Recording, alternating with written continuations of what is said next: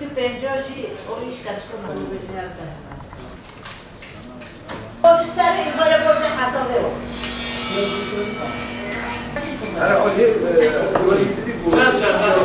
Diğer çok.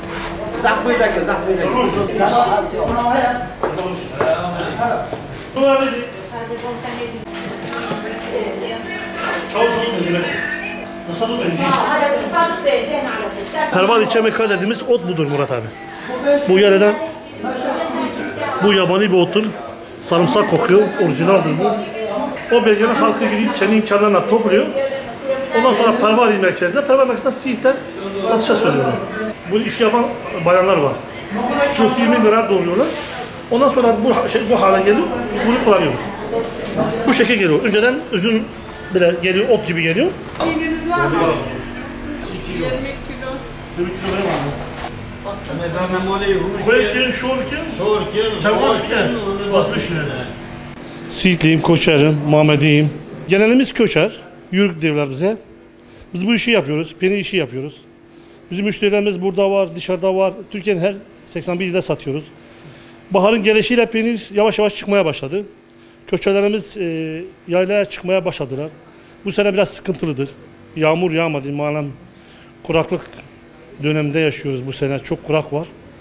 İnşallah bizi izleyen herkes bize dua etsin. Bu sene yağmur yağsın. Otumuz çoğalsın, sütümüz de çoğalsın. Satışımız iyidir. Millet beğeniyor, tercih ediyor, teşekkür ediyoruz. Geçen sene 80-90 liraya sattığımız peyniri şu an 170 liraya satıyoruz. Öbür ürüne piyasaya göre peynir bu sene daha ucuzdur. Peynirde kullandığımız ot, silik diyoruz. O bir kilosu bile 200 TL. Özellikle bunu Cumhurbaşkanımı izlemesini istiyorum. Tarım Bakanı sınıfta kalmıştır. Desteklemede olsun, hibede olsun, efendime söyleyeyim sütten olsun. Bu sene dünya kadar dışarıdan hayvan getirdi. Bu boynumuzu büküyor bu. Elimizde hayvan var. Dünya kadar şu an Siirt bu sene zarar etti. Siirt'in zararı 200 trilyondan fazla. Bayağı zarar etti. Hayvancılık şu an Siirt'te kopma noktasında. Dışarı vereceğini parayı kendi çiftçiliğine versin. Mesela şu an piyasada dünya kadar sahtacılık var. Kireçten peynir yapıyorlar ya. Buğadan peynir yapıyorlar. Merdiven altından şu an bazı zincir markette kilosu 100 lira peynir satıyorlar. Böyle bir şey olmaz. 100 liradan peynir satılamaz. Ot 200 liradır ya. Bu işletme sahipleri affedersiniz bütün pisliği kullanıyorlar. Piyasa sürüyorlar. Piyasadan sonra kimi etkiliyor? Bizi üreticiyi etkiliyor. Yaş peyniri 170 lira satıyoruz. Bu peynir kurutmasıyla, masrafıyla bize maliyeti 200 milyon, 250 milyondur. Maalesef marketten 100 lira peynir satıyorlar. Bu zincir marketten 120 lira peynir satıyorlar. Böyle bir şey olamaz. Mümkünatı yok ya. Yaş peynir ya. %40 fire var içinde. Denetim yok. Denetim sıfır. Adam peyniri içine, tereyağının içine şunu katıyor, bunu katıyor, üretiyor. Tarım Bakanlığı bunlara engellemesi lazım. Denetmesi lazım. Bu ülkenin bel kemiği hayvancılıktır. Sütçülüktür, peynirciliktir. Çobanın aylığı 150 milyon. Bir kaymakam maaşını istiyor çoban. Bir valinin maaşını istiyor. Devlete destek vermediği için gerçekten zor durumdayız. Talep arttıkça fiyat artar. Köşeler ne kadar uzak mesafeye giderse maliyet o kadar artar. Arabanın masrafı olsun, firesi olsun, yayla kirası olsun.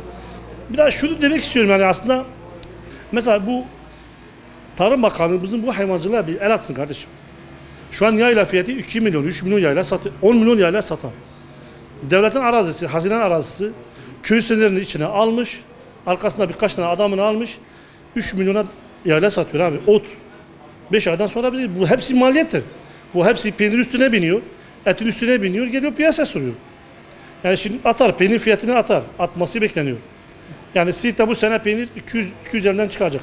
Hayvanları kendi yayladan otluyorlar, şey yapıyorlar böyle yani özel yapıyorlar bunu. Herkes yapamıyor peynir yani bunu herkes şeyini bilmiyor yani bunu. Çok güzel yapıyorlar o yüzden müşterisi çok oluyor.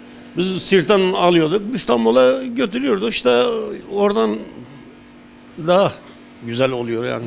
Fiyat nasıl Hacı abi? Fiyat yani İstanbul'dan buranın farklı, çok farklı. Yeni gelen köylerden gelirden 170 lira diyorlar. İstanbul'da olsa 400, 500 işte o fiyatlar. Burası daha ucuz yani. İstanbul'dan farklı. Peynir almaya geldik.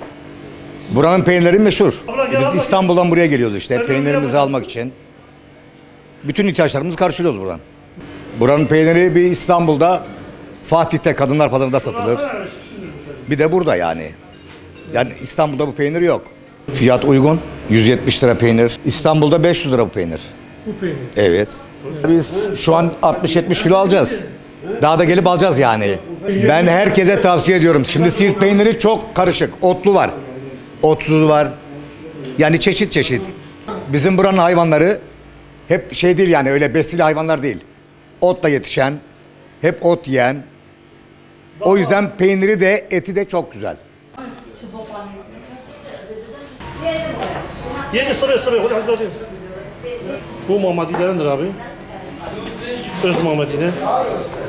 Biz Murat abi buna tuzluyoruz bunu. Bunu katlıyoruz tenekeye. Bir hafta burada kalıyor bizim burada. Ondan sonra tuzluğa bırakıyoruz. Soğuk havada bosuna bırakıyoruz. Bu sene soğuk havada çok pahalı olmuş. Siirt'te kilosu 15 liradır. Tuzu bildiği yerden alsınlar. Yanlış tuzu almasınlar. Bu Ankara tarafından gelen tuz peynirin maalesef mahvediyor, bozuyor. İşte bu şivan dediğimiz, Günde Şeyh dediğimiz tuzu daha iyidir.